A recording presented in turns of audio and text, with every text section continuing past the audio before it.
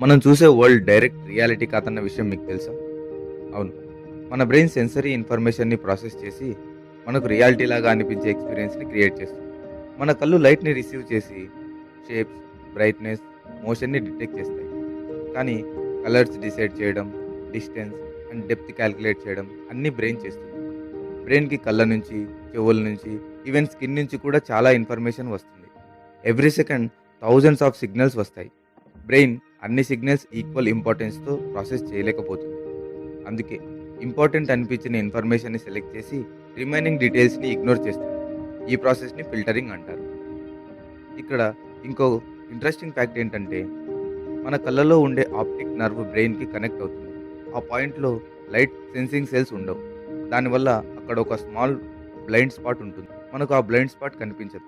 ఎందుకంటే brain surrounding ఇమేజ్‌ని use చేసి మిస్సింగ్ పార్ట్‌ని ఆటోమేటికల్లీ ఫీల్ చేస్తుంది.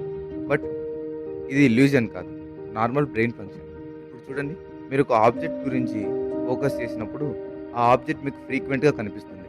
కానీ రియాలిటీలో ఆ నంబర్ ఇంక్రీజ్ కాదు. ఇక్కడ మన బ్రెయిన్ అటెన్షన్ ఫోకస్ చేంజ్ అయింది. సో, మనకు డిఫరెంట్ ఎక్స్‌పీరియన్స్ అనిపిస్తుంది. రియాలిటీ అంటే ఔట్‌సైడ్ వరల్డ్. పర్సెప్షన్ అంటే రియాలిటీ ప్లస్ బ్రెయిన్ ఇంటర్ప్రిటేషన్. అందుకే సేమ్ సిట్యుయేషన్‌లో ఉన్న ఇద్దరు కూడా డిఫరెంట్ ఎక్స్‌పీరియన్స్‌ని ఫీల్ అవుతారు. బ్రెయిన్ రియాలిటీని హైడ్ చేయదు. బట్ రియాలిటీని సింపుల్ అండ్ యూజ్‌ఫుల్‌గా ప్రెజెంట్ చేస్తుంది. వీడియో నచ్చితే లైక్ చేయండి. మీ ఒపీనియన్‌ని కామెంట్స్‌లో చెప్పండి. సబ్స్క్రైబ్ చేయడం మాత్రం